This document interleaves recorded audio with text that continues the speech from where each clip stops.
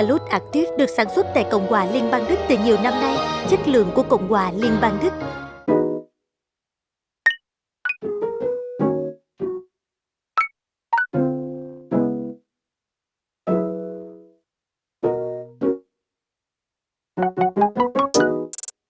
Chỉ với ánh mắt đầu tiên, anh biết mình đã chót say em rồi. Chỉ muốn ngắm em thật lâu, chẳng dám nắm đôi bàn tay. Tim anh đã chót lỡ từng nhịp mà em nào có hay.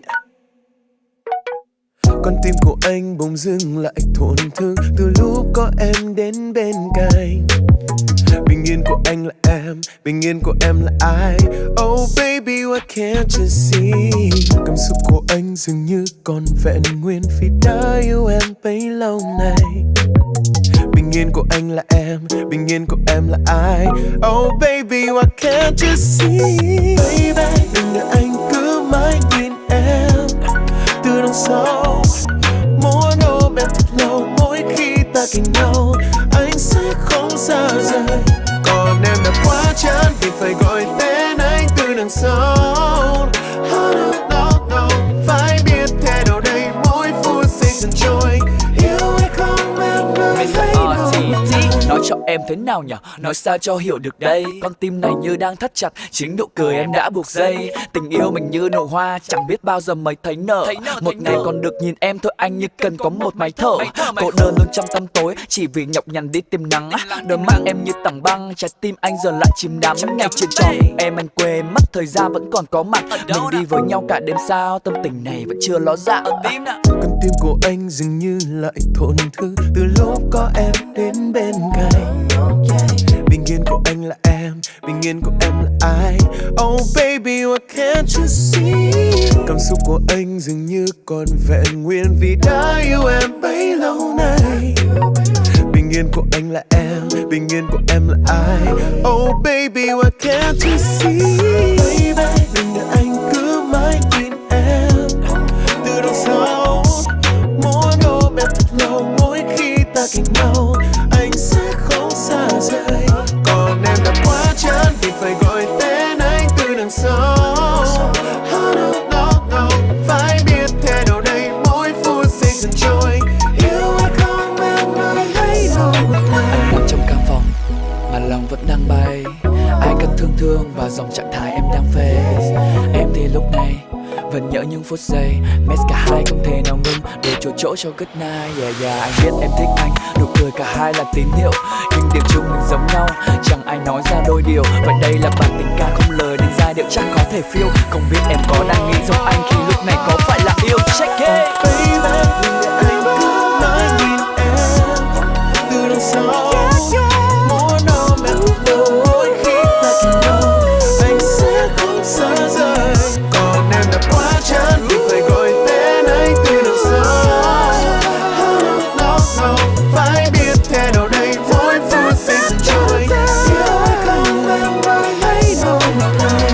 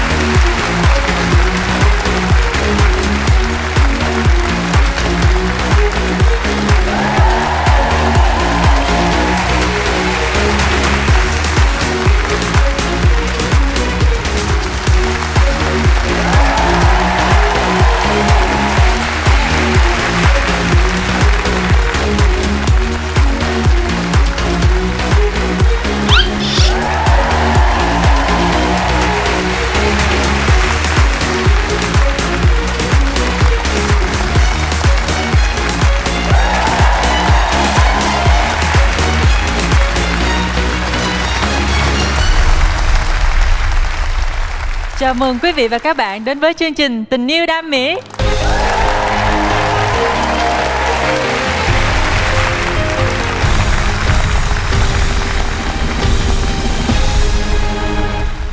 Chương trình Tình yêu đam mỹ là chương trình dành cho cộng đồng LGBT và trên sân khấu này của chúng ta sẽ xuất hiện những mối tình đam mỹ của cộng đồng đồng tính nam.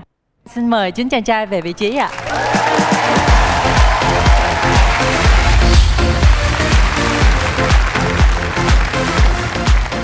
Kính thưa quý vị và các bạn, vẫn chưa có cặp đôi nào về với nhau. Có rất nhiều bạn trẻ đến đây với nhiều phong cách trẻ trung, năng động, vui tươi, sâu sắc và thậm chí có những bạn rất là chững chạc.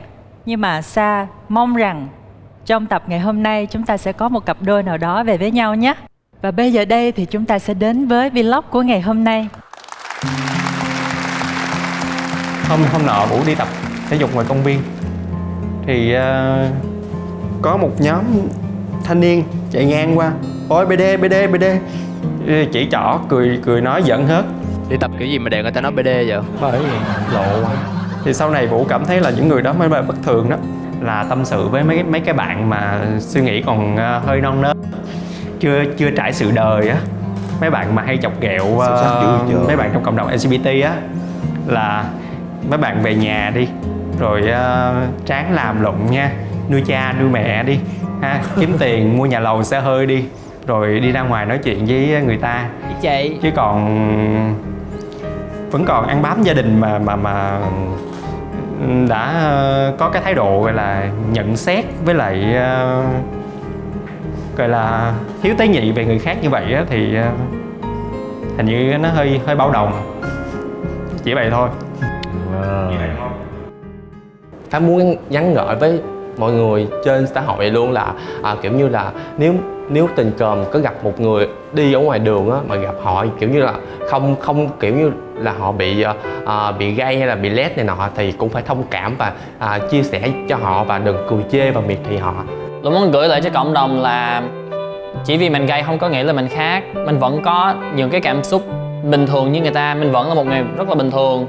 Chỉ có một cái là tôi thích nam giới thôi, chứ không có khác gì hết trơn à. Nên là sẽ có một số bạn như là kỳ thị mình vì mình gay, hay là nếu mà cãi nhau là nó là tại vì mày gay mày vậy, hay là tại mày BD mày vậy đó. Cái đó không có hay. Tìm một cái thứ nào khác đó để chê tôi nha. Cái điều mà mình muốn gửi đến những bạn là cái sự nhắn nhủ là đối với những bạn mà trong cộng đồng LGBT về cái vấn đề gọi là come out. Tất cả các bạn đừng bao giờ bắt ba mẹ phải chấp nhận mình. Họ cười với bạn, họ yêu thương bạn và họ làm điều đó tiếp tục mỗi ngày là tại vì họ hiểu và họ cảm thông cho bạn. Họ chia sẻ cái cảm xúc đó với bạn chứ họ chưa bao giờ chấp nhận điều đó. Và hơn hết là ba mẹ bạn còn cái xã hội nữa. Ở cơ quan làm việc tự nhiên vừa bước tới bị nghe rỉ rả nói về con mình như vậy. Điều đó không ai muốn. Nên có come out đi chăng nữa thì chỉ mình ba mẹ biết thôi. Đừng bao giờ mong ba mẹ chấp nhận mình, mà hãy mong ba mẹ có thể hiểu, cảm thông và chia sẻ với mình. Điều đó là cái điều đáng quý nhất rồi. Và hãy chuẩn bị thật kỹ cái hành trang cho bố mẹ mình biết được là cộng đồng LGBT là gì, mặt xấu là gì, mặt tốt là gì. Sau đó hãy come out, đừng bao giờ come out vội rồi nhận một cái thất bại nặng nề. Theo mình là như vậy. Ngày xưa mọi người mình đi học xong rồi bị mọi người trêu ghẹo rất là nhiều. Nói thẳng ra nha, nói thẳng ra là hồi xưa mọi người trêu ghẹo ôi BD đó, hay là gay hay là này cái các kiểu. Nhưng mà với một cái thái độ rất là dè biểu, rất là biểu cợt người khác á, thì lúc đó mình rất là tổn thương. Sau đó mình sợ, không biết là tại vì từ cái suy nghĩ tiêu cực như vậy á, người ta sẽ có hành động gì bất lợi cho mình hay không. Rất là nhiều người LGBT người ta rất là giỏi, tại vì khi mà người ta không được xã hội khẳng định về xu hướng giới tính của mình á, thì người ta sẽ có xu hướng chứng minh cái điều ngược lại, tức là người ta sẽ làm tốt hơn những người dị tính bình thường. Cho nên là tự nhiên sau này cảm thấy mình rất là nhờ những cái gọi là bước đi đầu tiên như vậy của những người đi trước á, Vũ cảm thấy là sau này mình cảm thấy rất là tự hào vì mình thuộc cộng đồng LGBT. Thật ra thì cái định nghĩa về cái sự chỉnh chu của mỗi người thì đang nghĩ là nó khác nhau. Vì vậy cho nên là khi mà một cái bạn đang ở trong cái giai đoạn dậy thì, đang gọi là dậy thì của LGBT thì mình nên tìm hiểu nhiều để hoàn thiện bản thân của mình. Thứ nhất là để mọi người ở xã hội nhìn vào thì cảm thấy mình thật sự là chỉnh chu, và nó không làm cho mọi người có cái nhìn tiêu cực giống như là lúc trước nữa. Bởi vì anh thấy là bây giờ mọi thứ mạng xã hội nó rất là tân tiến và mọi người đều biết mình phải làm cái gì và gây ấn tượng với mọi người xung quanh như thế nào. Vì vậy cho nên là đang hy vọng là các bạn luôn tìm thấy được cái vẻ đẹp của bản thân của mình, thì khi mà mình hoàn thiện nó thì mọi người sẽ có cái ánh nhìn tốt hơn. Một điều mà đang muốn gửi đến các bạn LGBT là các bạn hãy nên hoàn thiện bản thân của mình để mình tốt hơn, và mọi người mà không phải LGBT thì hãy mở lòng của mình ra để đón nhận những cái mà mọi người vẫn chưa hài lòng, hoặc là bởi vì tất cả các bạn ở trong cộng đồng hàng ngày đều luôn cố gắng để thể hiện bản thân của mình được tốt hơn. Vì vậy cho nên là cái ánh nhìn tích cực của mọi người đó là cái năng lượng để mà mọi người tốt hơn từng ngày.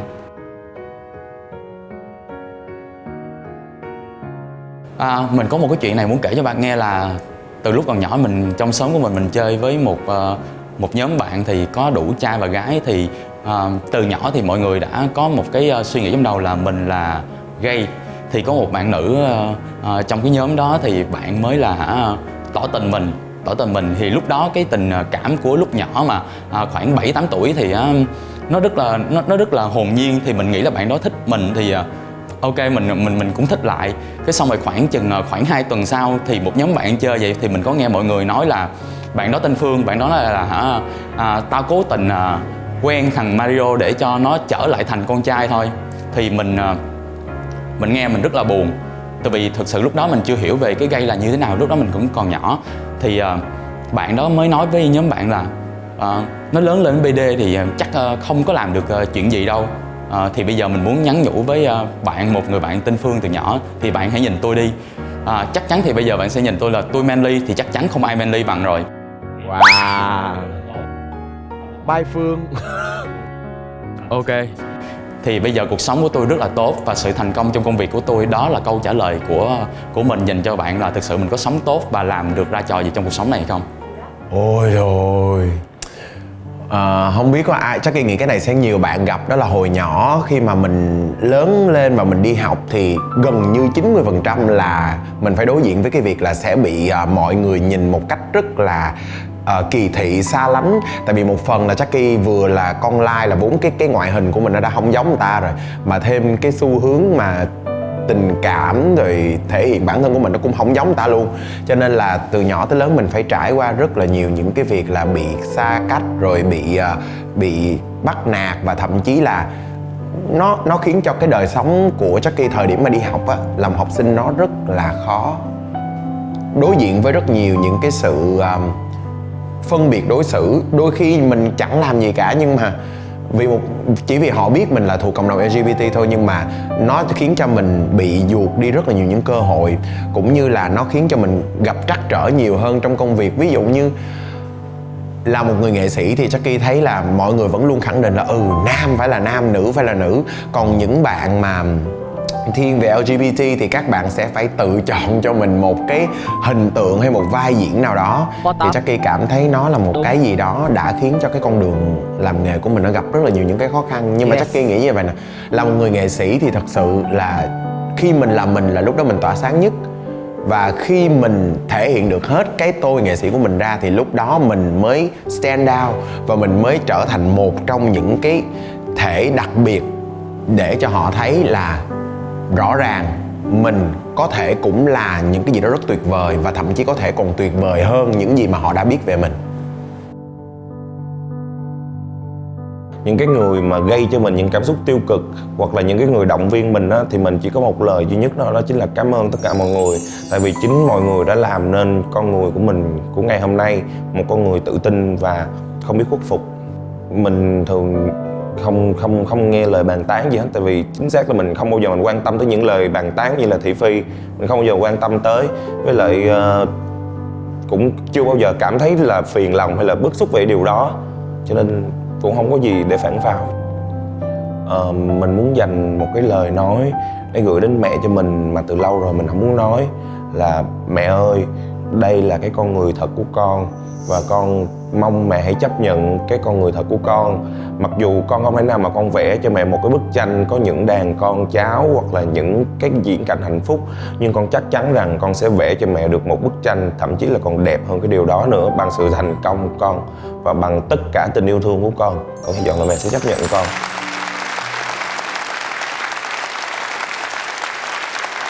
Thường là chúng ta sẽ nhận những cái lời chỉ trích hoặc là những cái lời đánh giá ở trong mà lúc khi chúng ta đang đi học, và đôi khi chúng ta nhận những cái bạo lực học đường luôn. Ngay bản thân Sa cũng vậy, thì khi mà Sa đi học có những cái cuộc tranh cãi hoặc là người này nói Sa đủ thứ cái này cái kia, rồi thậm chí những bạn nam là đánh hội đồng Sa luôn, thì Sa đầu tiên mình có những cái phản ứng lại là mình đánh họ lại rồi mình chửi họ lại. Nhưng mà Sa càng ngày Sa càng thấy là cái việc mình học giỏi hơn sẽ làm cho mọi người bắt đầu suy nghĩ cách khác về mình. Và khi mà cấp 2 đó thì Sa là một trong những người lọt top đầu của trường, thì bắt đầu mọi thứ nó trở nên tốt đẹp hơn, thầy cô cưng mình hơn và các bạn cũng hay hỏi bài mình nữa. Thì cái thái độ đó từ từ nó dần được cải thiện hơn, và cái khoảng thời gian học đường của mình nó không quá kinh khủng nữa. Và để mà gửi cái lời đến những cái người mà đã làm cho Sa thấy buồn lòng lúc trước, thì Sa nói với các bạn là Sa cũng muốn cảm ơn, bởi vì nhờ những cái đó mà đã có cái động lực cho Sa trau dồi bản thân.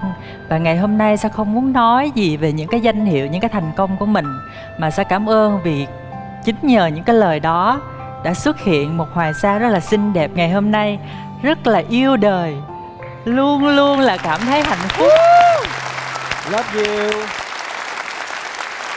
Và hôm nay đã có một Hoài Sa mặc cái đầm quá đẹp, quá chiếu, đứng ở đây là một việc rất là ý nghĩa, là kết nối những bạn trong cộng đồng đến với nhau. Yêu cô Sa. Yeah. Thì lúc nãy Sa có nghe một cái câu chuyện cũng khá là cảm động từ Tiên. Bạn đã thổ lộ come out với lại ba mẹ của mình. Thì ngày hôm nay Sa cũng muốn là từng thành viên của chúng ta trên sân khấu ngày hôm nay sẽ nói một lời bày tỏ tình cảm đối với ba mẹ của mình nhé. Đầu tiên xin mời Ngọc Vũ. Nếu mà hôm nay nhân dịp này Ngọc Vũ có cơ hội gửi tới gia đình một lời, thì lời đầu tiên thì Vũ xin cảm ơn ba mẹ vì đã cho Vũ hình hài này, và ngay cả cho Vũ giới tính này nữa. Bởi vì là không tuyệt vời sau khi mà mình là một người gọi là vừa có sức vóc của một người đàn ông mà lại vừa có sự khéo léo tỉ mỉ của một người phụ nữ. Cho nên ngoài lời cảm ơn thì cũng mong là Vũ biết là ba mẹ sẽ có những cái lo lắng cũng như trong công việc cũng như trong cuộc sống đối với Vũ. Thì Vũ cũng xin ba mẹ hãy cứ yên tâm là con có thể tự lo cho cuộc sống của mình, con có thể chăm lo cho ba mẹ dù con thuộc bất cứ giới tính nào đi nữa.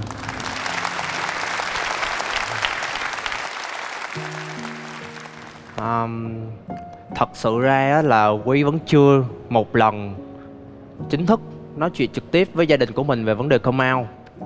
Nhưng mà Quý biết rằng là gia đình, tại vì Quý ở chung với gia đình á, nên gia đình cũng ngấm ngầm rằng là biết rằng là cái giới tính thật của mình là như thế nào. Và Quý cũng đã chứng minh cho gia đình mình biết rằng là mình là một người tự lập, mình là con người có thể có một công việc làm ổn định và có sự phát triển và có những cái tương lai. Mình cũng có kể cho gia đình mình biết mình sẽ tương lai mình sẽ làm những gì và cái plan như thế nào. Và gia đình lúc nào cũng rất là tôn trọng Quý. Và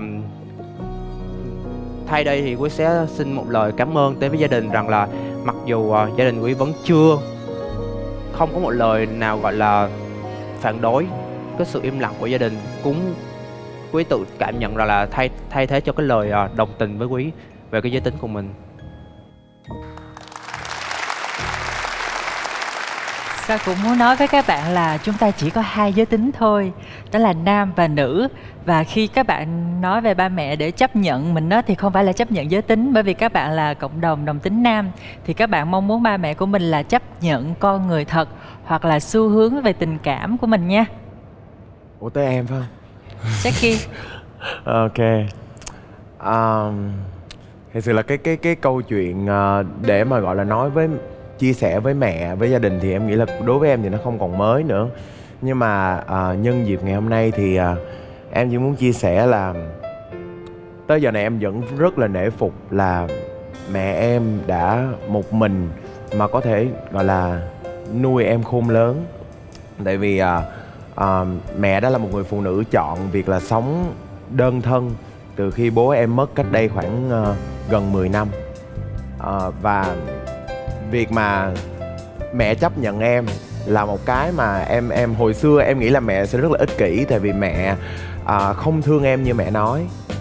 Nhưng mà càng ngày khi mà em càng gắn bó với mẹ nhiều hơn thì em mới thấy là thật sự mẹ đã cho em quá nhiều thứ. Và đến tận ngày hôm nay khi mà mẹ biết em tham gia Tình Yêu Đam Mỹ thì một cái câu hỏi rất là ngây ngô của mẹ là Ủa là mày lên đó là mày kiếm bạn trai hả? Thế sao mà em đúng rồi thì mẹ nói là rồi nó có chịu mày không? Thực sự những cái câu hỏi đó nghe thì rất là ngây ngô, nhưng mà đối với em nó là một cái sự mà bản thân mẹ đang cho em thấy là mẹ đang là một người bạn của em chứ không phải là một người mẹ nữa. Thì em chỉ muốn nói là em muốn cảm ơn mẹ em, tại vì mẹ đã cho em thấy được một cái tình thương mà vốn dĩ ở đó giờ em không nhìn thấy. Thì em chỉ muốn nói là em cảm ơn mẹ em. Lương Phủ ơi, hãy tưởng tượng cái camera là bố mẹ nha. Không có nhờ sóng truyền hình nữa, mình đối diện trực tiếp, mình nói thẳng luôn. Ok. Con biết rằng thứ nhất là mẹ không biết tiếng Việt. Cái thứ hai là con biết là có thể mẹ rất là thất vọng với con về cái xu hướng tình dục của con. Tại vì đó giờ mẹ muốn một con trai rất mạnh mẽ và nam tính. Và có thể đến ngày hôm nay mẹ vẫn chưa có hài lòng lắm về cái điều đó. Và có thể là con đã rời đi xa vì con không thích điều đó cho lắm. Nhưng mà không có nghĩa là con không nghĩ đến mẹ, mà ngày nào cũng nghĩ đến mẹ hết. Và dạo gần đây thì mẹ cũng có gọi con thường xuyên hỏi thăm, nên là con cũng cảm nhận được mẹ đang nhớ con và cũng muốn liên lạc lại. Và con muốn bắt đầu có một cái mối quan hệ lại.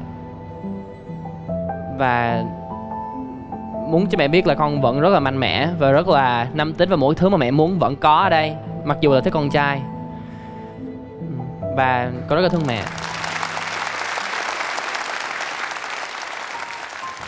Còn Mario thì thực sự thì ba mẹ Mario đã ly dị nhau từ lúc Mario học lớp 3, lúc đó mới 9 tuổi. Và đến tính thời điểm này là Mario đã tự lập được 13 năm, tự thuê nhà, tự lo hết tất cả mọi thứ cho cuộc sống, luôn cả công việc. Thì Mario muốn nói với ba mẹ là tuy ba mẹ đã xa nhau, ở xa nhau mỗi người một nơi, nhưng ba mẹ cứ yên tâm đi, con ở ngoài này con sống rất là tốt và con sẽ làm việc chăm chỉ. Con luôn sống tốt và hướng về ba mẹ. Con xin cảm ơn.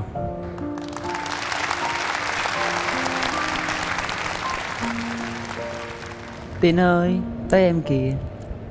Tôi gửi lời tâm sự rồi, còn gì nữa. Mình không nói nữa. Thì nãy giờ không khí mọi người rất là nặng nề luôn á. Với con thì nếu mà ba mẹ có coi trên sóng truyền hình thì con cảm ơn luôn cả là ông bà, cha mẹ, anh chị chú bác hai bên nội ngoại.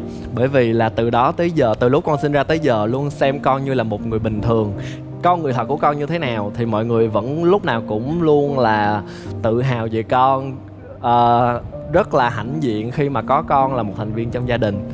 Và con cũng sẽ cố gắng lúc nào cũng sẽ luôn tốt đẹp như hiện tại để mọi người vẫn giữ được cái niềm tự hào đó. Cảm ơn mọi người.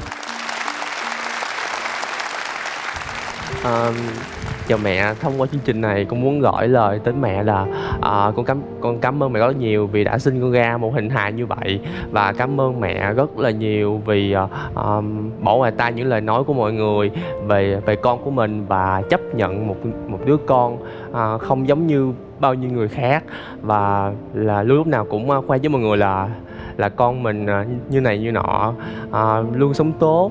Và con cảm ơn mẹ mỗi lần con trò chuyện với mẹ cảm thấy như là con có động lực để bước tiếp vào cuộc sống mới của con lựa chọn. Cảm ơn mẹ rất là nhiều ạ.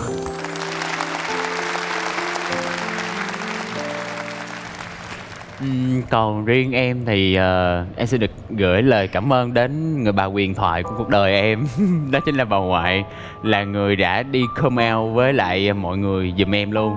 Đó, không biết là ngoại có nghe được điều con nói hay không, nhưng mà thật sự đó, con trong cuộc đời này không ai quan trọng hơn ngoại hết. Ngoại chưa bao giờ từ bỏ con, kể cả cái lúc mà con bị người ta nói điều này hay như thế kia, hay là như thế nào đó, thì ngoại vẫn nói chung là con cảm ơn thông qua chương trình, cảm ơn ngoại rất là nhiều. Và cũng như là ba mẹ, nếu như mà có coi được thì cũng thật sự cảm ơn ba và mẹ rất là nhiều. Tại vì ở nhà em thì hầu như ai cũng rất là thoáng về cái chuyện này đó. Nhưng mà vẫn nhắc lại về người bà huyền thoại một xíu, là tại vì ba mẹ em là người được ngoại quản triệt cái tư tưởng là đừng nên xem con mình là một cái gì đó nó bị khác thường, mà phải hiểu cho nó nhiều hơn. Nên là xin cảm ơn. Tới xa luôn nha.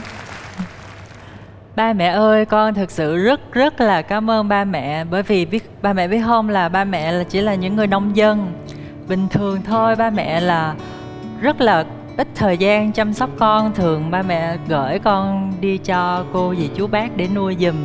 Nhưng mà ngay từ nhỏ con đã cảm nhận được cái tình yêu thương ba mẹ dành cho con, là luôn luôn đối xử với con như là một người con gái ngay từ bé. Con còn nhớ là hồi nhỏ là mẹ còn tha son rồi đánh phấn dịp Tết cho con chụp hình nữa. Mà tới giờ thì con vẫn giữ những tấm hình đó bên mình. Thì cái việc đối với con vật chất nó không có quá quan trọng khi nó đến từ ba mẹ, mà những cái tình cảm đó của ba mẹ dành cho con thì nó mới đáng quý hơn. Và chính những cái tình cảm đó đã tạo ra được một Hoài Sa ngày hôm nay hiểu được rằng khi mà mình sống bằng con tim của mình thì chắc chắn mình sẽ chạm được đến tất cả những con tim ngoài kia.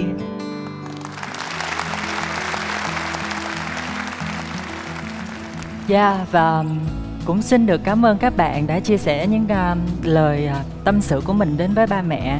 Thì Sa mong là tất cả các bạn trong cộng đồng của mình ở ngoài kia, nếu mà vẫn chưa có may mắn như chúng ta ở đây được ba mẹ chấp nhận, thì các bạn hãy tự tin mạnh mẽ lên. Các bạn hãy cố gắng sống thật tốt, làm việc thật tốt, học tập thật tốt, để khẳng định rằng cộng đồng LGBT của chúng ta vẫn luôn là những người rất bình thường trong xã hội. Chúng ta cố gắng phấn đấu, nỗ lực vì ước mơ của chúng ta và cố gắng có được những địa vị nhất định trong xã hội này. Và Sa tin rằng khi có những kiến thức cụ thể và chúng ta đã hiểu được chính xác LGBT là gì, thì bây giờ chúng ta không còn gì phải ngại ngần hay là e dè trong cái việc phải đấu tranh nữa. Chúng ta sẽ tự bảo vệ bản thân mình và đứng lên để nói tiếng nói của cộng đồng. Bởi vì chúng ta hiểu rằng chúng ta khác biệt nhưng chúng ta không có khác thường.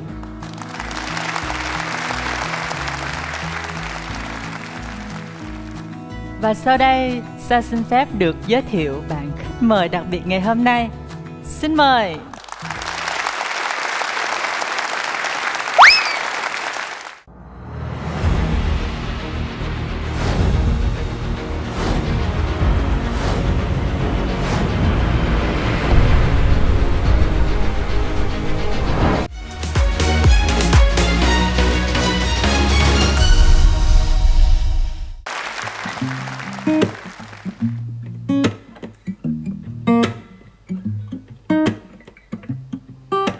Mình là Minh Nhật. Mình có một vẻ ngoài khá lạnh, nhưng sự thật thì trong trái tim lại cực kỳ ấm áp.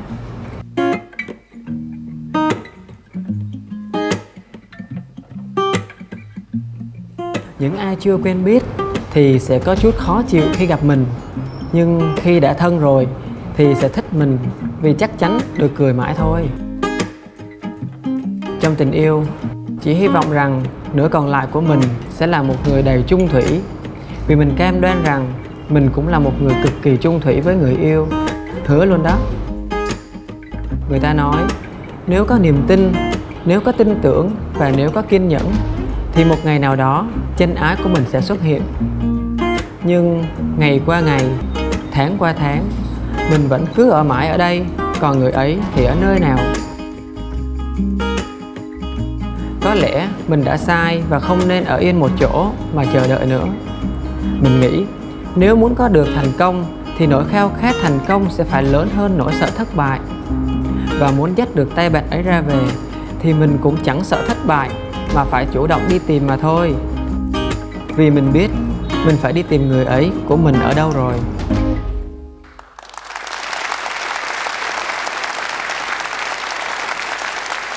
Sa rất mong là với nhân vật chính ngày hôm nay thì tất cả các chàng trai của chúng ta sẽ tìm hiểu thật kỹ để mong rằng chúng ta sẽ có một người ra về cùng nhau, cho nhau những cơ hội mới nhé. Ta xin phép được mời nhân vật chính của chúng ta xuất hiện trên sân khấu ngay bây giờ.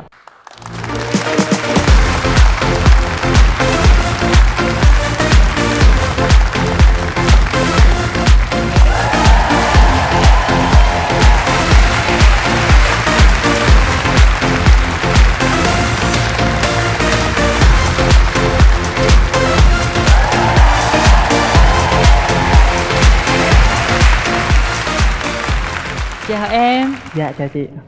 Ê, đứng gần dễ thương lắm nha. Em ơi, em giới thiệu về bản thân mình đi. Dạ, lời đầu tiên cho em xin phép gửi lời chào đến chị Hoài Sa, chính anh chàng điểm trà ở đây ngày hôm nay cùng toàn thể quý vị và các bạn đang theo dõi chương trình Tình Yêu Đam Mỹ ạ.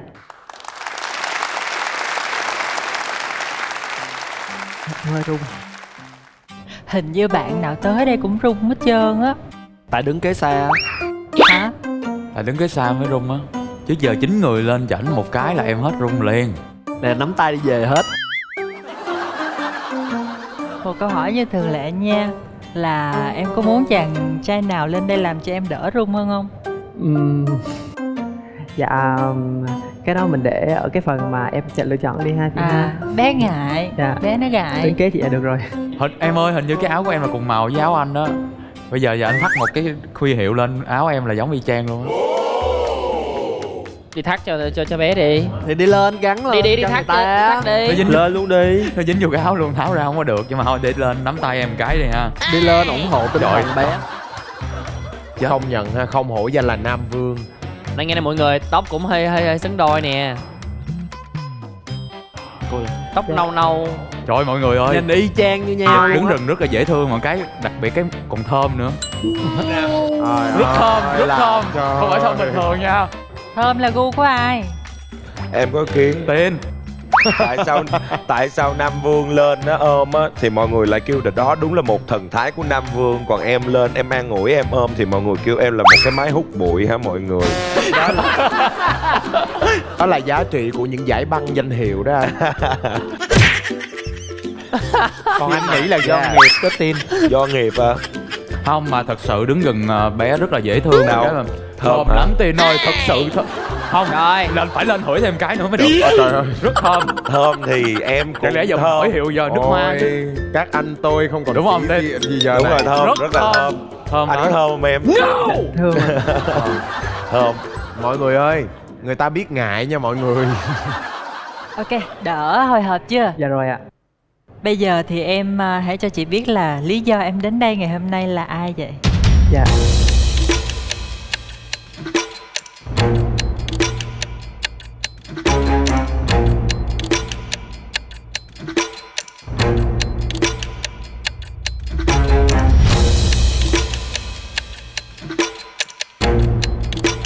Em đến đây vì một người.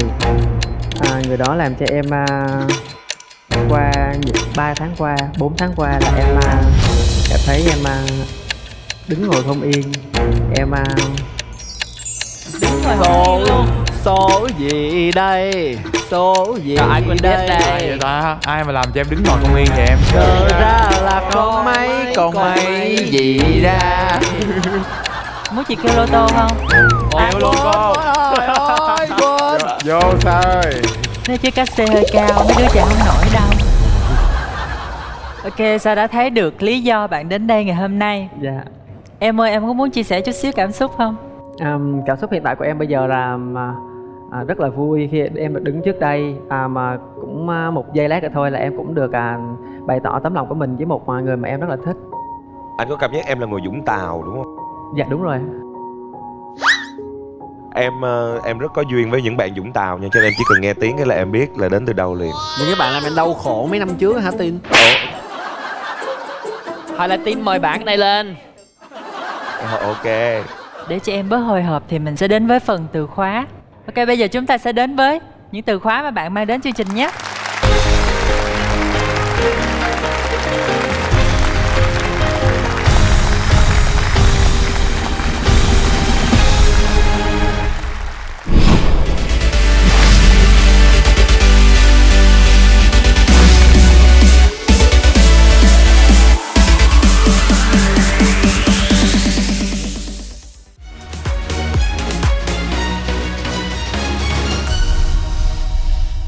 Nhật ơi, thì bây giờ được ngồi rồi đó, em đỡ run chưa? Dạ rồi ạ. Chị muốn hỏi em cái này nha. Dạ. Thì thường các bạn đến đây chị sẽ hỏi một câu hỏi là về cái câu chuyện come out của các bạn á. Dạ. Thì em có một câu chuyện come out gì có đặc biệt không? Dạ. Thực sự với em á là em chưa hề come out với gia đình. Chưa luôn? Dạ đúng rồi. Bạn bè thì có rồi.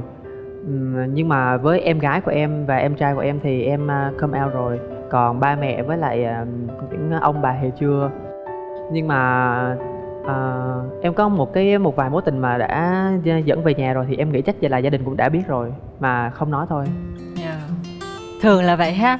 Thường là vậy, cứ gia đình lờ mờ đoán được rồi nhưng mà Dạ. chưa nói, và tiện thể lên đây nói luôn ha. Dạ đúng rồi. Thì ok, máy quay, mình sẽ nhìn vào máy quay rồi, thổ lộ đi em. Dạ. Hôm nay em tham gia chương trình này á là em muốn come out cho gia đình em biết ai cũng có quyền được sống được công bằng, được bình đẳng với nhau cả. Thì em mong gia đình ba mẹ cũng như là những người lớn trong gia đình em hiểu cho em, cũng như là hiểu cho các bạn trong cộng đồng LGBT. Xin hết ạ. Càng ngày tôi thấy chương trình này càng ý nghĩa luôn á. Đó là động lực của các bạn đến đây để mà mở một trang vở mới cho cuộc đời của các bạn. Nói gì thì nói, ở ngoài kia xã hội không chấp nhận cũng được, quan trọng là gia đình của mình ở hàng ngày với họ mà, đúng không? Dạ đúng rồi ạ. Thì hôm nay trải lòng mình ra xong em thấy đó, thoải mái chưa? Dạ, em thấy thoải mái rồi. Thoải mái mà còn cầm tay run quá kìa. Bung bung ra chút coi. Dạ. Hứa chị là trong cái show này bây giờ mình phải bung lụa hết nha. Dạ rồi. Show ra hết cho các chàng trai ở đây thấy là mình sexy hấp dẫn như thế nào thì người ta mới bấm nút mình về, đúng không? Dạ. Và Ok. phong cách của em là gì? Là kiểu gợi cảm hấp dẫn, hay là mình dễ thương, hay là mình tri thức sâu sắc? Với em thì dễ thương, sâu sắc, tri thức, chứ không có sexy. Dạ. Đúng rồi, Không gợi cảm. em vậy là đúng rồi, nhưng mà nãy giờ cô giáo diễn tả là cô giáo đang nói về cô giáo chứ không phải nói về em. Đúng không cô? Con hiểu cô quá luôn. Nhờ vậy nên tụi anh đâu có còn chơi cô giáo. Đó chứ tại bữa nay mặc cái đầm chiếu quá, mình phải uống lượng xíu cho nó lấp lánh, đúng không? Mà đẹp mà chị. Thấy chưa? Nó khen kìa. Nói chứ ở đây học sinh của cô là quen hết rồi, show nào cô cũng uống hết trơn á. Mà không đứa nào mê thôi, tức cái chỗ đó đó. Mê chứ, ai ở đây cũng mê cô Ai hết mê trơn á. không? Mê. Em nói rồi chị ơi, cho một đứa con đi là em lấy liền. Quỷ à. Ok, giải trí gì cho vui thôi, chứ là chị Sa là một người rất là nghiêm túc đấy em, rất là khó tính chứ không phải dễ dãi như mọi người nghĩ đó nha. Xong mà mấy tập rồi mà không thấy được cái vụ đó ha. Ok, bây giờ mình sẽ đến với phần từ khóa của bạn đi nha. Sa nghĩ là cho Nam Vương đi. Em ơi, cho anh hỏi là đào hoa ở đây là em sợ yêu một người có cái tính đào hoa, hay là chính cái bản thân em là một người đang rất được nhiều người thích? Dạ. Vậy anh Mario cho em hỏi là anh nghĩ như thế nào khi anh có một người yêu là một người đào hoa? Hơi khó ha, hơi khó. Nếu mà anh suy nghĩ là thí dụ mà anh có một người yêu mà đào hoa á, thì người yêu của anh sẽ có rất là nhiều người thích. Nhưng mà đối với anh, cái tình cảm nó vẫn là quan trọng nhất. Anh sẽ lấy cái tình cảm, cái sự trung thực, cái tính đàng hoàng của mình ra để yêu người yêu của mình một cách đàng hoàng nhất. Dạ, thì đó cũng là ý của em muốn nói. Thực ra em là một con người rất là đào hoa. Và nhưng mà khi mà em đã có một sự lựa chọn rồi á, là em chỉ có muốn dành cái tình cảm của mình cho một người mà em thích thôi. Mặc dù ở ngoài kia có rất là nhiều người, hàng triệu, hàng trăm người, nhưng mà cái người em hướng về cũng chỉ có một mình anh đó thôi. Em ơi, vậy em cho anh hỏi là hơn 6 có nghĩa là hơn 6 tuổi hay là sao em? Dạ. Đúng rồi, em cũng nghĩ là vậy. Không, ý có nghĩa là người bạn đó muốn tỏ tình là hơn bạn 6 tuổi, Dạ. hiểu không? Vậy cho em hỏi trong chính anh ở đây có ai hơn em 6 tuổi không ạ? Em sinh năm bao nhiêu? Em bao nhiêu? Em sinh năm 98 ạ. Chết cha, nhảy số Nè, không nổi luôn á. anh bên kia kìa, bên kia kìa. Bên kia là hơn em đến cả một thập kỷ. Cái gì vậy Quý nữa? Cái Quý này nữa hả Quý? Em ơi, bên kia là đồ cổ rồi, em đừng chú ý tới em. Đồ cổ chân cho đẹp thôi. Em ơi, hơn một con giáp được không? Em ơi, tất cả mọi người đây đều em hơn em 6 tuổi hết. Ai nói? Không hề nha. Trương Cố, người đúng hỏi đúng câu hỏi luôn. Và hơn 6 ở đây tức là em muốn chọn một người yêu của em hơn em 6 tuổi.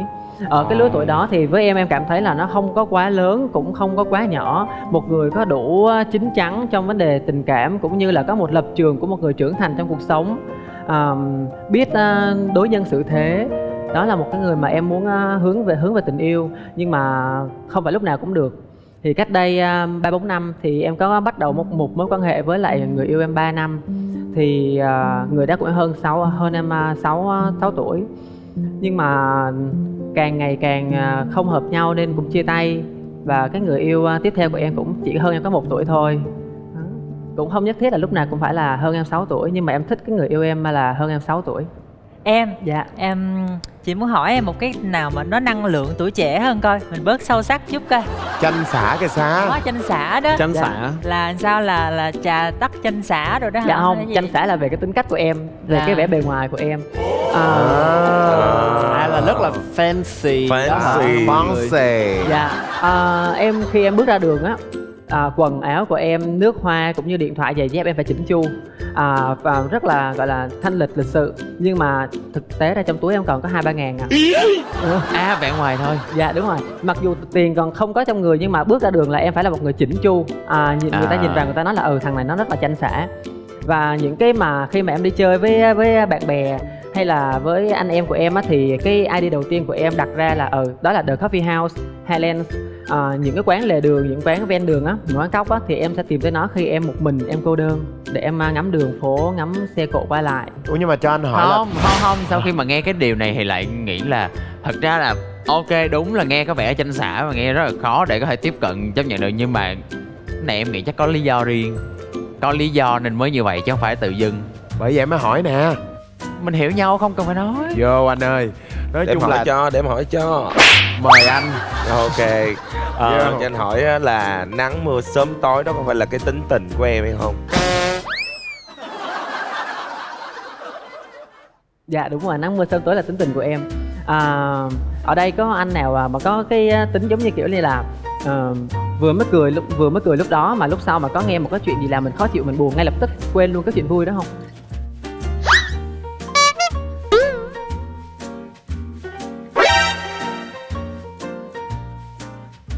Cũng có chứ, cũng có người giống em chứ bộ. Tính của em á, thực tế là vui đó mà buồn đó. Lấy điển hình như là trong công việc của em là một người khá nghiêm khắc trong công việc. Thì trước khi tới nơi em làm á, thì em rất là vui vẻ, giữ trong mình một cái trạng thái rất là thoải mái. Nhưng khi bước tới quầy pha chế của em thì cái bạn pha chế phụ á, làm dơ, làm ẩu hay là làm bừa bộn không có vừa ý của em, bởi vì em là leader trong quầy bar mà không theo ý muốn của em á, ngay lập tức cái cơn vui, cái cơn thoải mái của em là dập tắt hết. Trước mặt em á là một cái khoảng bầu trời u ám, và lúc đó là em chỉ muốn không muốn vô quầy, không muốn làm việc luôn đó. Nếu như mà như vậy thì anh nghĩ chắc là em khá là quan trọng về cái việc là cái sáng sớm khi mà em vừa ngủ dậy, nếu như em nghe được một bài nhạc vui thì em sẽ vui, còn nếu như nghe một bài nhạc buồn là em buồn nguyên ngày luôn, đúng không? Dạ không, tức là khi mà em vui đó rồi em nghe một cái bản nhạc buồn em vẫn là bình thường, nhưng mà cái nào đó ảnh hưởng đến tâm trạng của em thì ngay lập tức là cái cơn vui đó là sẽ hết. Còn ví dụ như em đang buồn mà em đang khó chịu, em nghe tới một cái bản nhạc đó mà em thích, em chill là em sẽ nhảy nhót theo và em quên luôn cái nỗi buồn đó. Em ơi, anh có một câu nói cho em nè. Cảm xúc nó là bản năng, nhưng mà kiềm chế được cảm xúc nó là bản lĩnh. Đừng có để những cái chuyện đó nó ảnh hưởng tới mình quá nhiều nha em. Dạ. Tiên em từ thả thính em qua chơi chữ rồi hả? Không phải, tại vì em là một cái người hoạt động ở trong nghệ thuật á. Những khi mà em buồn á, em lên em đánh một cái set nhạc rất là buồn, em bị chửi hoài à. Dần về sau em càng luyện được cho em cái tính là em phải kiểm soát được cái cảm xúc của mình. Mặc dù mà mình buồn, nhưng mà khi mà mình tập trung vào công việc hay là mình bước vô một cái chuyện gì đó, mình đừng bao giờ để cái chuyện đó làm ảnh hưởng tới em. Cho nên là anh có một cái câu nói dành cho em vậy. Dạ em cảm ơn anh. Không, cái điều này thật sự phải nói công nhận với Tiên. Tại vì thực ra thì cô cũng làm DJ cũng khoảng 6 năm rồi nên hiểu. Ví dụ như trước khi mà đi làm nha, cho dù có vui cỡ nào vui, nhưng mà chỉ cần vừa bị một cái gì đó tác động thôi là giống như là DJ hôm đó là thể hiện toàn bộ tâm trạng của mình qua nguyên một cái set nhạc luôn. Đúng, chính Nên xác. bởi vậy đa phần dám cá luôn là Cố và Tiên lúc nào cũng sẽ có một cái list nhạc sắp sẵn. Cái đó là để cứu vãn những cái lúc mà tâm trạng nó vô cùng tệ á. Em ơi, cái từ khóa số 2 á, anh đọc không rõ lắm, hình như anh Cận em có thể đọc giúp anh được không? Dạ, từ khóa số 2 là chính. Đừng em ngưng liền, không đọc 3 từ đó Em sẽ bị lẫn quẩn vô cái dính bẫy vô những cái điều đó của chú Vũ. Những cái chiêu trò đó em à, của một thế hệ đó em biết. Em ơi, trong đây em chỉ kêu 8 anh từ số 2 cho tới số 9 là anh thôi, còn số 1 em hãy kêu chú. Tại sao tôi đã làm gì mà các em lại đối xử với tôi như thế? Thí dụ em có đọc cái từ thứ hai đó, thí dụ là chính là anh, em sẽ đọc là chính là chú. Nhưng mà từ đâu mà em có cái từ khóa này? Dạ, tính của em thì rất là nó không có được hòa đồng. Khi mà chưa ai tiếp xúc với em thì em khá là lạnh lùng. Và em chỉ nhìn ai thì đó em chỉ nhìn một lướt một thoáng qua thôi. Và ai đó mà đã để cho em mà có tới một cái nhìn, cái tầm nhìn mà cũng phải là đứng hình, là tức là em nghĩ là người đó em muốn tìm hiểu người đó, em thích người đó. Cái chính là anh ở đây, tức là khi mà giữa hàng trăm hàng triệu người ngoài kia, cái người em thích đó chỉ có một thôi. Đó là cái người mà em muốn chọn. Vậy là nó có linh với cái Only You không em? Dạ, Only You nó cũng xem như vậy. Nhưng mà Only You đây có nghĩa là một mình bạn đó, mặc dù ở ngoài kia có tiếp cận rất là nhiều người tiếp cận tới em, tỏ tình em hay là tán tỉnh em đi chăng nữa, thì em cũng vẫn chỉ trả lời là em đã có người yêu rồi, đừng làm phiền em. Bạn này là đúng màu tím luôn đó, rất chung thủy khi mà xác định một mối quan hệ. Em cho anh hỏi một cái từ khóa này nha. Anh thấy cái từ khóa là nụ hôn trong mơ. Vậy là em có những cái nụ hôn trong mơ với ngoài thực thì nó khác nhau thế nào mà em phải sử dụng cái từ là trong mơ? Cái nụ hôn trong mơ này là cái từ khóa mà em muốn dành để đến chương trình này. Ở đây chắc em nghĩ là chính anh là anh nào cũng biết, cũng thích được người yêu mình hôn đúng không ạ? 9 anh, không em, 8 anh và một chú. Có một chú thì em xác định rõ ràng. Thôi, người ta vậy mà kêu chú gì, phải kêu là bác. Bởi vì người ta làm bác sĩ mà. Xuất sắc rồi. Bác Vũ ha. Cảm ơn Sa. Dạ, chắc chắn là chính anh ở đây cũng ai cũng thích được người yêu mình hôn hết đúng không ạ? Và em cũng như vậy. Em rất thích được người yêu hôn, cũng như là em thích hôn người yêu. Bởi vì khi mà em có cảm giác như là em được người yêu hôn, em được trân trọng, được nâng niu, bảo vệ, mình là thế giới vậy á. Bất cứ nơi đâu mà em cảm thấy là người yêu em hành động một cái điều gì đó dễ thương, thật là dễ thương với em, hay là anh ấy chỉ cần quan tâm cái gì đó mà khiến cho em cảm thấy anh ấy đáng yêu, là em hôn bất chấp, hôn ngay tại chỗ đó luôn. Đặc biệt nếu giả sử như mà có sống chung với nhau trong một nhà á, buồn vui tức giận gì em cũng thể hôn được hết. Tức là em đang nói là em đã mơ tới cái người em tỏ tình và muốn hôn người ta trong mơ dạ. rất là lâu rồi đúng không? Tức là khi cái nụ hôn trong mơ của em đây là có một cái nụ hôn mà em ước mơ lâu lắm rồi mà em chưa thể thực hiện được từ trước đến nay. Đó là một nụ hôn vào đêm giao thừa. Khoảnh khắc mà tiếng giao thừa vừa phát lên, em muốn được trong lòng người yêu mình, được hôn người yêu mình. Em rất là mơ ước nụ hôn đó. Là vừa nghe tiếng pháo bông nổ búp búp búp búp một lần dưới đây cũng bập bập bập bập bập. Rồi ôi, thế có chết tôi không? Nhưng mà nếu như trong trường hợp á, mà cái anh chàng mà ngày hôm nay mà em chọn á, em tỏ tình, nếu như trong trường hợp đó là một người mà người ta cái tính cách nó hơi introvert một tí xíu, nó hơi nội tâm tí xíu và họ không thích thể hiện tình cảm ở nơi đông người, thì liệu lúc đó cái nụ hôn đối với em nó có còn gọi là trong mơ nữa không, hay là nó sẽ khiến cho em không thoải mái? Dạ, thì em nghĩ là khi mà có hai đứa thì anh ấy vẫn làm việc đó được. Còn khi ra ngoài đường thì ok, em sẽ hạ em xuống, em chấp nhận anh ấy, là em sẽ hạn chế vào những nơi đông người. Lúc đầu chị nghe nụ hôn trong mơ, chị tưởng nó là em nằm mơ, em thấy em hôn người đó. Dạ không. Tại giống chị á, chị giống như là chị mà crush ai rồi đó là hay nằm mơ thấy mình hôn người ta dữ lắm. Chị đang nói về hả chị? Chị hay mơ, chị hay ảo giác. Ai Chị đang nói về anh Hiếu hả chị? Xin lỗi, đếm lại. Ngôn tình hoàn mỹ. Cơ hội dành cho các chàng trai được một lần nói lên tình yêu của mình với các cô gái của chương trình.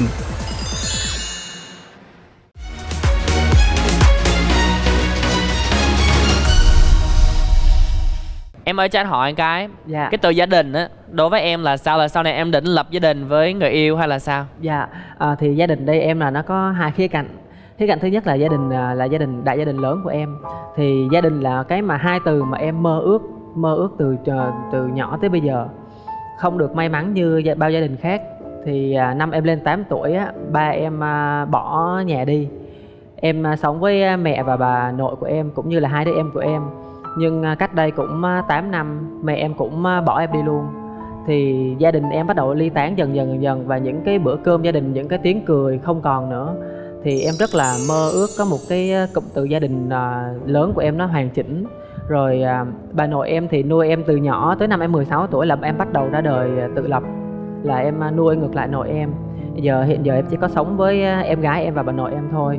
Nên em rất là mơ ước có một cái mái nhà lớn của mình. Còn gia đình ở khía cạnh thứ hai á, là em muốn xây một tổ ấm của em với người em yêu. Không cần gì quá cao sang, chỉ cần là sáng thức dậy có nhau và tối ngủ là nằm trong lòng nhau ngủ thôi. Anh cũng giống em, anh không có gia đình bình thường như người ta. Nói chung là có thể là không có phải là đủ nhân vật như người khác, nhưng mà mình phải biết là gia đình là nằm trong lòng của mình. Và những người xung quanh mình chính là gia đình. Có thể là không phải là người bà con, có thể là bạn bè như là chị Sa nè, mà có thể coi như là bà con gia đình của mình. Và mình có thể cũng thân mến y chang như gia đình đó. Thì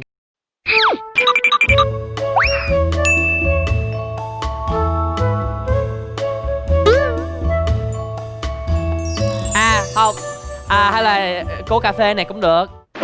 Cô cà phê. Cô cà phê là sao trời? Đây là cô cà phê và đây là cô sữa. Đây là hai chị em với nhau, giống vậy đó em. Wow. Cô cà phê sữa, không có ai nhận chị em ở đây luôn á. Chương trình ơi, cái gì cần cắt mình cứ cắt thoải mái nha mọi người. Mình cũng chắc cắt mẹ thôi mọi người. Không, cái khúc này hay lắm, không có cắt được. Thôi anh tiếp đi, em cảm ơn anh. Lâu lâu mình mới được xô xát một tiếng. Nhưng mà nha anh em. hỏi em nè, cho chị một phép. Em tới đây để tìm một anh hay là đi kiếm chị? Em ơi, xưng Nói nghe hô nè. chỉ là xưng hô, một cách xưng hô để vui vẻ bạn bè với nhau thôi. Nhưng mà thực sự hai Vậy người nhà này vẫn vẫn là xưng anh em. Vẫn anh em. Ở ngoài đừng thích xưng chị đó, ở nhà vẫn anh em bình thường. Nhưng mà khi mà trong tất cả các từ khóa đây thì có một cái từ khóa nó khá là gây sốc. Đó là không có tật vẫn giật mình. Nhưng mà anh lại đang muốn nhường cái câu này cho một trong những người anh mà phải nói là sự im lặng của bầy cừu Bé của Phát ơi. anh Phát. Tiền Phát ơi. Anh Phát, mời anh. Nè, mời anh nha, mời anh nha. Hên quá, trong cái này không có thanh xuân mọi người ơi. Xin mời anh. Em muốn nói gì? Dạ không. Anh có thể nào mình mời tham gia chương trình hôm nay. Thì sáng kia cũng hỏi em rồi thì anh cũng đang thắc mắc là không có tật mà vẫn giật mình của em là như thế nào. Trời ơi, anh bị đớt nghe em thông cảm. Đấy là Phát ngủ, Phát hỏi. Hỏi rồi. Ok. Vậy giỏi em. Rất giỏi, thực hiện nhiệm vụ, giỏi quá. Rồi thôi, tôi đi về chúc mừng. Thực hiện nhiệm vụ. Dạ, không có tật mà vẫn giật mình ở đây. Tức là tính của em á là khi em đang rất là tập trung một điều gì đó, một tiếng động nhỏ cũng làm em bị giật mình. Rồi hoặc là nói chung là cái gì đó nó tác động tới em mạnh hoặc là nhẹ em cũng có thể giật mình. Là bị liễu hả em? Một chiếc lá rơi qua em cùng sờ. Phải không em? Mong manh về vờ. Đi dây chỗ, lát. Không, đây buộc dây dài cho dây bạc. Ôi trời chết, tôi té rồi. Ôi cái gì chiếm sóng vậy, vậy. Ủa, Xin lỗi. Em có cảm giác đây là một trò đùa của tạo hóa rồi. Là cái từ giật mình của em ở đây là nghĩa đen luôn đúng không? Dạ đúng rồi. Em nhớ có một đợt mà có chuyện vui, rất là vui với em là cách đây 2 năm coi phim ma. Mà tại vì cái tính giật mình nhưng mà rất thích coi phim ma, phim kinh dị. Thực sự là lúc đó em chưa biết tới đoạn cao trào. Em làm rơi cái bịch bắp ngô của em. Thì khi mà bị rơi xuống em cúi xuống em lượm lên. Vô tình cái đoạn phim ma nó hét lên, em giật mình, em tung bịch bắp lên. Người ngồi đằng trước hứng hết.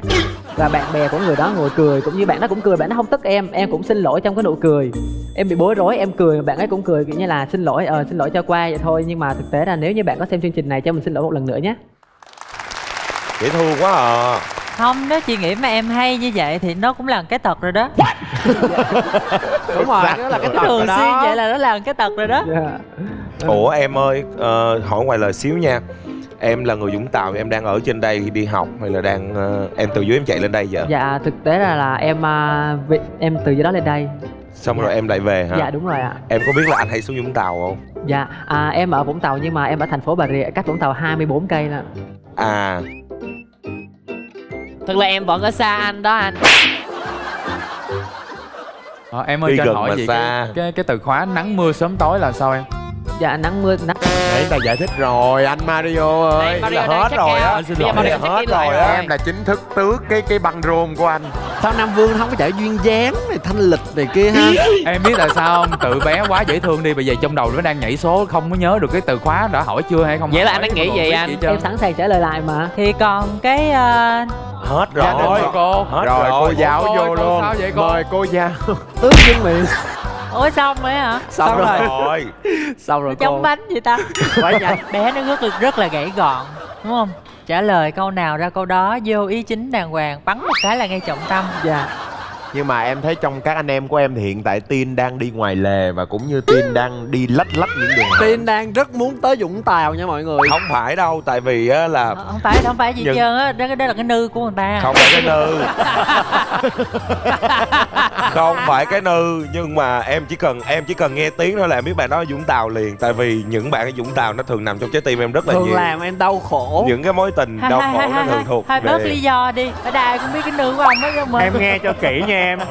Em ơi, em nghe cho kỹ nha. Những bạn ở Vũng Tàu nha. Có người rất nhiều nha em. Rất nhiều nha em.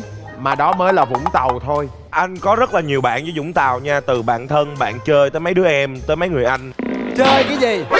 Chơi cái gì? Bạn chơi với nhau, tại vì anh đi công tác ở Vũng Tàu, cứ mỗi tháng là 4 lần.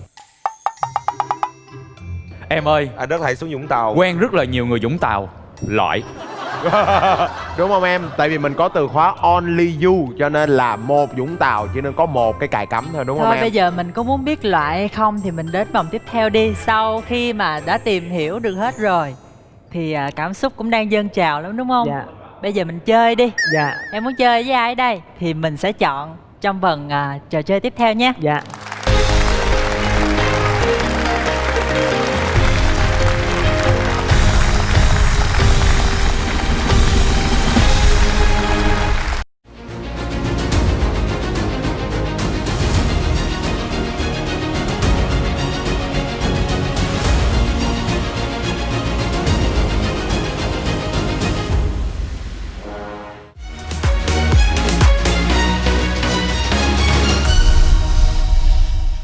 Wow, chị thấy là em đã đem những cái gói lên sân khấu này. Chị đoán nha, một cái cảnh rất là MV Việt Nam là hay cầm mấy cái gói chọi nhau đúng không em? Đánh yêu rồi nữa. Hai rồi. Trò chơi rất chăn gói nha. Trước khi mà em chọn mấy chàng trai đây nè, Dạ. em có thể bật mí cho chị biết là có những chàng trai nào đã gây được cảm tình hay gây được cái ấn tượng gì đó với em không? Dạ có rồi chứ. Đó ai? Chị nghĩ là nếu mà em ấn tượng với chàng trai nào thì em hãy mời những chàng trai đó lên sân khấu em đang chơi với em. Cả chính anh luôn ạ. Trời đất ơi, Wow. con bé nó khiêm tốn quá ha. Chính anh thôi. Mạnh dữ. Nhịp nhàng quá nè, Sa ơi, nhịp nhàng quá nè. Nghe chơi cái là nhanh lắm. Tức là khi mà em đến đây là em không có giới hạn số lượng người chơi đúng không? Dạ đúng rồi ạ. Vậy là chị được vô luôn đúng không? Quá có được một dáng được kìa. chơi rồi. Cái này mới quan trọng. Khoa em cười ngượng ngùng là sao, là chị được không? Dạ nếu chị có đủ sức chơi với các anh thì chị cứ ở lại ạ. Nếu Chị đủ sức chơi với các anh. tức ghê á. Em nhìn chị Sa đi. Nhìn vậy thôi. Bên ngoài tuy có hơi mỏng manh nhưng bên Nhưng mà trong bên cũng trong là xinh là thép không có Đó. nhẹ nha. Bên trong là sức mạnh vô cùng. Ủa, mấy đứa thử chị hết rồi hả, biết gì? Không, tụi em nói vậy đó cho chị vui. Đúng Đây rồi. gọi là bề ngoài phụ nữ, sức khỏe đàn ông. Thôi chị nghĩ là bây giờ tức ghê á trời. Một người em rất thương yêu của cô giáo. Em ơi, trò này là chơi cặp với nhau đúng không? Dạ đúng rồi ạ. Lẻ một số rồi đó. Là em có chơi không? Nếu chị Sa muốn chơi thì em sẽ nhường cái shot chơi của em cho chị Sa. Đó, Mời Sa về chỗ. Thôi vậy là để Sa về chỗ. Thôi, tôi hiểu rồi, tôi hiểu số phận. Lại là nữ phụ. Đi chơi vui ha. Bye bye cô giáo nha. À, Vui nha. căng thẳng vậy Giang á. Vui à? Tức á trời. Dạ, trò chơi của em có mang tên là cẩn thận bị ụp mặt. Thì ở cái phần em ơi, ở đây nền Cẩn thận bị ụp mặt. Sống nữa. Lát nữa ụp mặt xuống đây xong dở lên thấy mất cái chân mày là sâu Không lắm không, nha. chân mày em không lo chân mày vẽ lại được. Nhưng Đập mà một có cái nguyên cái số make up những dính cái- lên gối. Có một số những cái chống xe không cất lại được. Không có chống Là xe, những cái chống xe. xe rồi ha. Dạ. Và cái phần thi này đó là em sẽ chọn ra hai anh đấu với nhau bằng cách là đập tay với nhau. Đập chứ không có là xô, không có chạm nha, phải đập. Một anh bị ngã xuống thì là thua cuộc, và anh thua cuộc đứng ở một chỉ bên đập vậy thôi tiếp nè. tục tìm ra người thắng cuộc cuối cùng. Thì khi mà quỳ xuống gối này là chân không được chạm xuống nền. Kiểu vậy lắc qua lắc lại Hiểu, đúng hiểu, không? hiểu, Các hiểu. anh đập Còn nhau hai thôi. anh đều ngã thì sao? Dạ, hai anh đều ngã, tức là cái năm lượt đó anh, thì cái lượt nào mà anh nào mà ngã nhiều thì người đó thua. Rồi. Đâu em thị phạm trước được không em? Đây để anh thị phạm với em. Dạ, Dạ em mời. em sẵn sàng. Quỳ ngay đây luôn chưa? Có cần để gần vô không? Dạ được Are rồi you anh, ready? để bên đó. Tôi lo Rất cho là đâu. thơm nha, rất là thơm nha. Đâu Tinh ơi. Anh lo cho cái Trời ơi, mọi người Đó nói là sao mình tranh hửi xả bé nó như một mà. hiện em vật. đừng có lấy cái chống Ta là xe để tranh chống cái khác xả. cho Tinh. Đây nè là không được đụng chân đúng không? Dạ, Rồi. không được đụng chân, co chân lên như vậy và hai Rồi, tay đập một nhau. này. Đó, nuna Đập nần với đó. Để cho cái này vô. Đi rồi tôi đi. Rồi. Trò chơi rồi. Cái này mà ụp mặt xuống sàn là ta nói Ta nói nguyên cái chống xe chống ở dưới sàn luôn. Thấy cô đang vui gì không được chơi không? Có muốn lên chơi không cô giáo? Có đổi ý đang không? định kiếm bắp với nước vô ngồi coi luôn nè. Dạ. Vậy bây giờ em xin phép trò chơi mình bắt đầu nhé. Em mời anh Trương Cố. Anh Trương Cố. Ok. Anh đang ngồi chơi trước nha. Anh Phát. Anh đấu với anh Trương Cố nhé. Wow. Lại là hai đứa mình nữa. Wow. Bảo Dạ. Nguyễn. Vì lý do đây là một trò chơi bạo lực nên là em quyết định sẽ không đấu với lại anh Luân Vũ nữa. Cảm ơn tất cả mọi người rất nhiều. Ai cá không? Tôi cá Ba. Cá Phát anh nè. Phát sẽ ngã. Tôi cá Phát thắng nha. Cá Phát thắng. Rồi đếm đi em, đếm đi. Cố lên Phát. Rồi, đập tay vậy thôi phải không? Đếm đi. Đập tay thôi. 3, 2, 1, bắt đầu. Đó. Phát, em nói Phát ngã mà. Tiếp anh. Ôi là nó 5k lần nữa hả? Đập 5 lần. Cái này ai nặng là thắng. 2 trên 3 là được rồi. Cái này ai nặng thắng. Ý nó anh mập á hả? Vô anh. Một, Chưa đếm đi em. 2, 3. Trượt. Ơi, nếu giờ lại là ai tay phía trước? Dạ. Nãy ai tay trước? Dạ anh. Thôi quê. Chương trình này nên có những cái khẩu trang nhựa. Ý là nói miệng thúi Không. hay sao? Đỡ cho cái mặt mũi. Rồi, 3. Thấy rồi, anh có thể nên nhẹ nhàng với em xíu được không? Sao anh làm như mình bảo thua vậy? sao em? 2. Thì thôi để em nhận thua cho. Ok. Một. Nhẹ nhàng nha. 2, 3. Đập. Đếm đi em.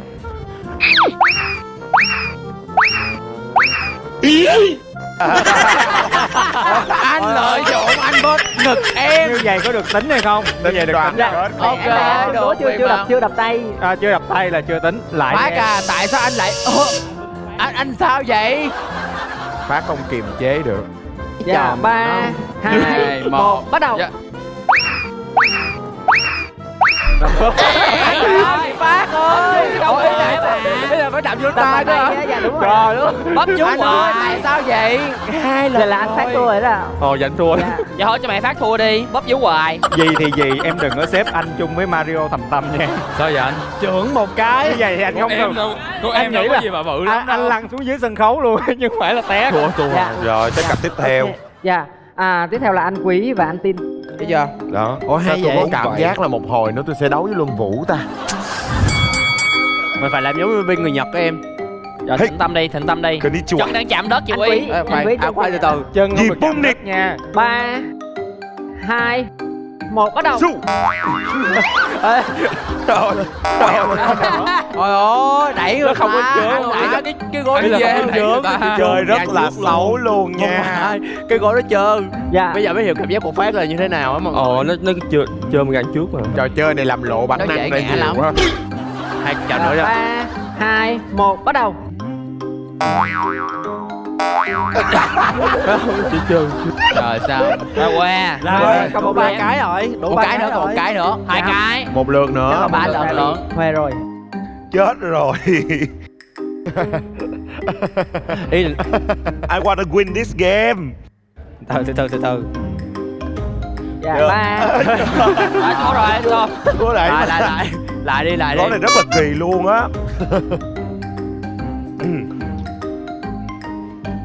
Rồi. Vô, ok vô. Chưa cà sụi cà đuôi nhìn mệt. Nó vẫn 3, 2, 1 bắt đầu.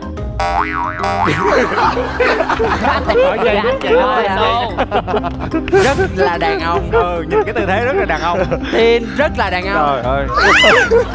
Anh Ngọc Vũ đối với anh Hai anh Vũ đúng không? Dạ, Xong đúng rồi. Vũ. Rồi Xong ok. Vũ. Không Trời sao ơi, hay em. quá em Anh rất ơi, giỏi những vô. chuyện dừng gói nên là không sao. Bị lẻ hay một người. quá em ơi. Tôi biết nhà của ông ở đâu nha. Yên tâm đi, anh sẽ nhẹ nhàng với em. Anh chơi nhẹ nhàng với Có thể là em chị nha, ta. em bạo lực cho. 3, 2, 1 bắt đầu.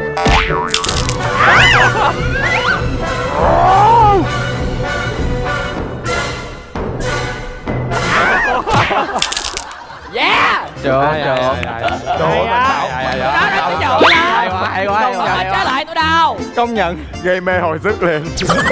Bạn Luận Vũ quỳ gối cái chân đặt xuống đất, bây giờ không thấy là đúng rồi. Dạ không có chạm đất dạ. Ok. Anh coi đi anh qua đây anh đo đi. Ok. Đáng lý em phải chấp một tay thôi. Anh Vũ là đồ cổ có tuổi rồi. 3, 2, 1 bắt đầu. Rồi. Kết quả luôn rồi. 2/3 rồi. 2/3 rồi. Em không đấu với Luân Vũ là đúng. Thôi. Là Tôi đúng. chơi bạo lực xong tôi phải giúp lên lại. Cảm ơn em.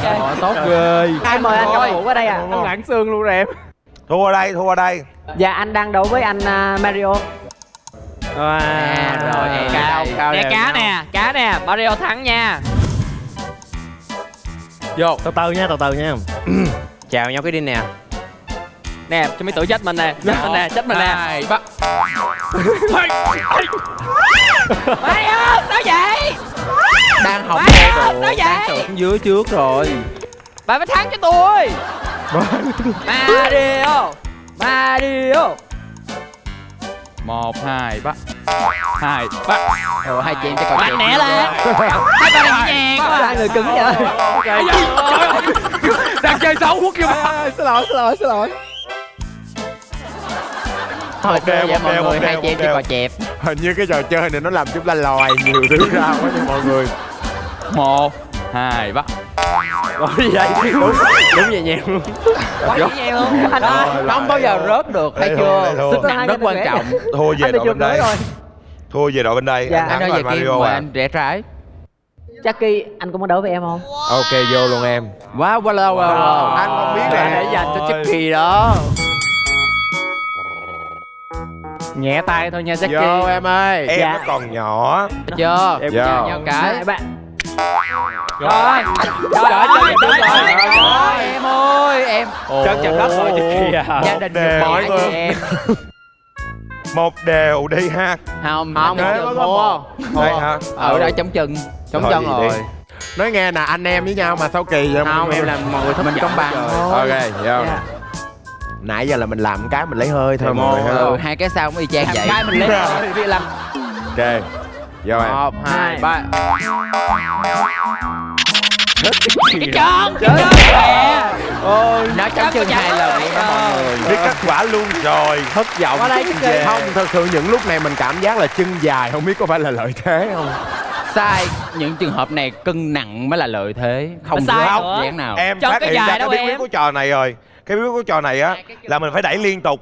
Với Đẩy lại liên vậy tục. nè, Tức là hai mình cái dùng chân trọng đừng lực của có mình á, đừng có đẩy khép người sát khác Đến vô khi vô mà quá. em biết Dạ, rồi đúng á rồi. là em thua rồi em. Đến khi em biết ra Tới khi mà em phát hiện ra là em đã thua 3-4 Đúng rồi, chính xác. Em mời những anh thắng cuộc lúc nãy mình đấu với nhau tiếp nhé. Đánh một Bắt cái Luân duy nhất Vũ ra. thôi. Rồi Lân Vũ Dạ. ai? Anh Mario với lại anh Vũ. Trời ơi. Thôi cái này coi nè. Thôi cho bà này đi, bà này nhỏ con nè. Bà không, Bà này nha. thôi chọn rồi đấu đi. Vậy thôi, Ok bò. tôi không ngại. Tôi cũng không ngại. Bà nhiên vô mà phải nhẹ nhàng muốn chết không sao, không sợ đâu. Dạ 3, 2, 1 bắt đầu. 1, 2, 3. Đánh rồi.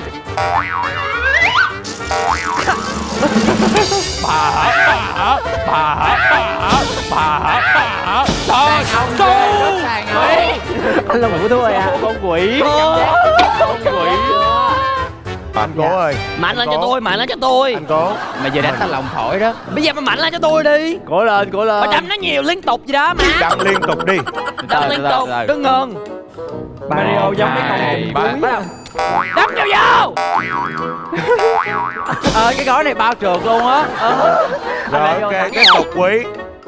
Giờ mình hiểu sao người ta là Nam Vương rồi ha, người ta thôi mình phục rồi, giờ mình đâu nói gì được nữa đâu. Thì tụi mình Nam Tôi sẽ nhường Mỹ. Mình Nam mình thần kinh. Nam Vương tôi phạt người thắng nha. Hai đồ đó. Trời ơi. Chưa vậy? Chân vui đại chạm nha. Thôi nhưng mà đầu gối đã chạm trước rồi. Chạm rồi. Nếu vậy nãy tôi đã được tính chọn rồi chứ bộ. Nó trượt tức ghê luôn á. Em mời Tám anh thua cuộc đứng một bên em nha. Tám anh thua cuộc uống nước nè. Dạ đúng rồi. Cho em chút. Bé nó nhắc rất là kỹ nha. Tám anh thua cuộc đứng bên phải đây giùm em. Của mình Nam Dương. Rồi đúng không em? Dạ. Ra là mình biết ai thắng tối nay luôn anh. Ồ đây là gì mà uống? Em Ủa có này nó cảm bị giác loạn ở ngôn trong ngữ đó rồi. là có sữa. Ủa này là gì vậy mẹ? Rồi. Tay em pha. Mọi người uống đi, vợ chồng em bán trà sữa. Vợ chồng em. Excuse me. Oh wow. Pardon me. Như là bữa trước mọi người. Uống cùng lúc Có gì nha. đây không vậy? Đây là anh xui hả? Em có thể giải thích có gì trong này không? Vô.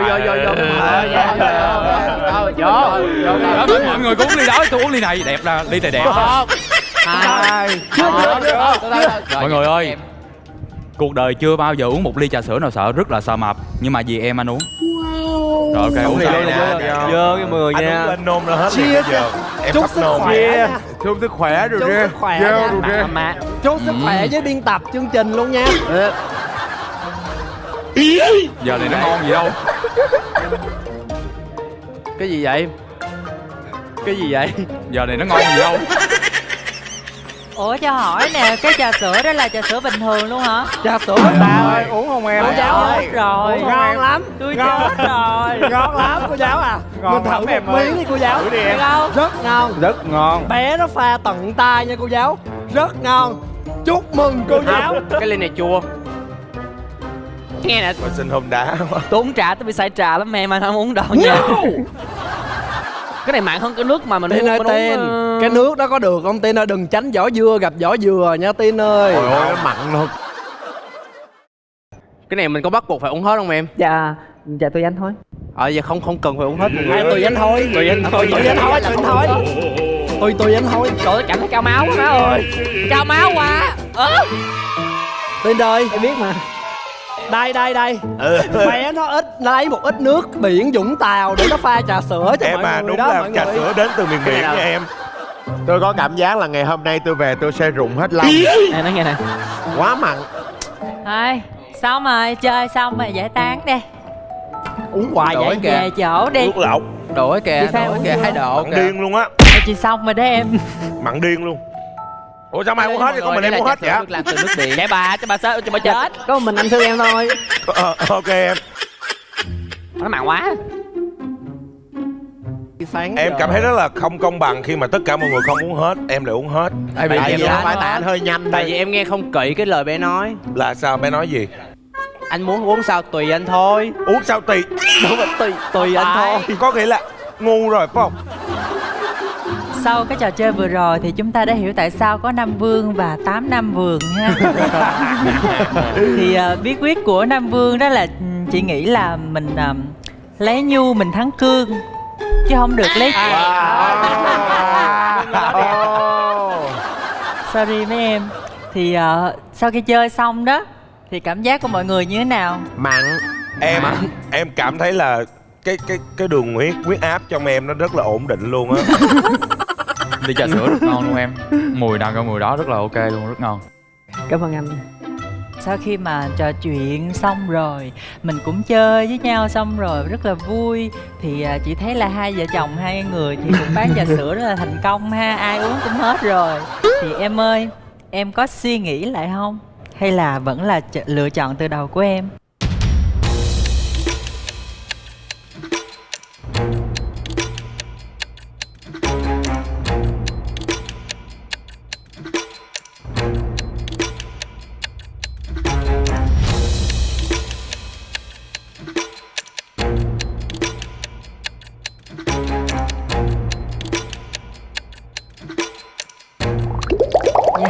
Ok, bạn đã lựa chọn chàng trai là lý do bạn đến đây ngày hôm nay.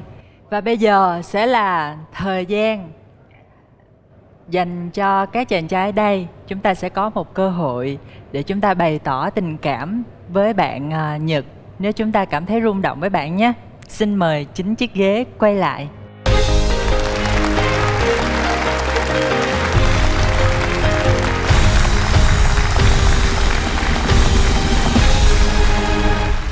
Sao thấy là bạn Nhật thì là một người cũng khá là điềm tĩnh. Bạn chơi rất là vui nhưng mà bạn vẫn giữ được cái hình tượng chanh sả của mình, đúng không? Và bạn cười cũng rất là nhẹ nhàng. Một người Sa thấy là cũng khá là chín chắn và cũng sâu sắc luôn. Thì không biết là 9 chàng trai ở đây có chàng trai nào mà rung động hay không? Nếu bạn nào mà thấy rung động thật sự á, thì nhớ bấm nút quay lại để cho nhau một cơ hội tìm hiểu nha. Sau 3 tiếng đếm thì Sa rất là mong sẽ có chiếc ghế nào đó quay trở lại và lên sân khấu này tỏ tình với Nhật. Ok. 3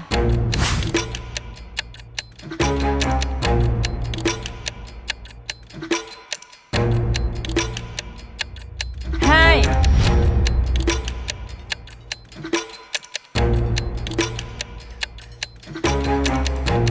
3 1.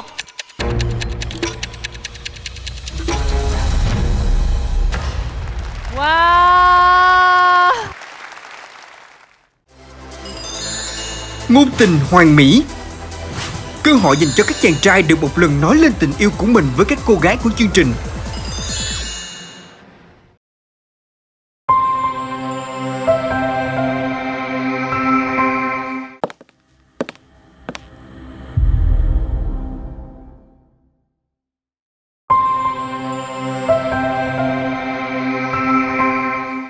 Nơi nào có em sẽ là nhà, chẳng cần kiếm chi ở đâu xa. Cả ngay trước mắt anh đây là cả thế gian vũ trụ.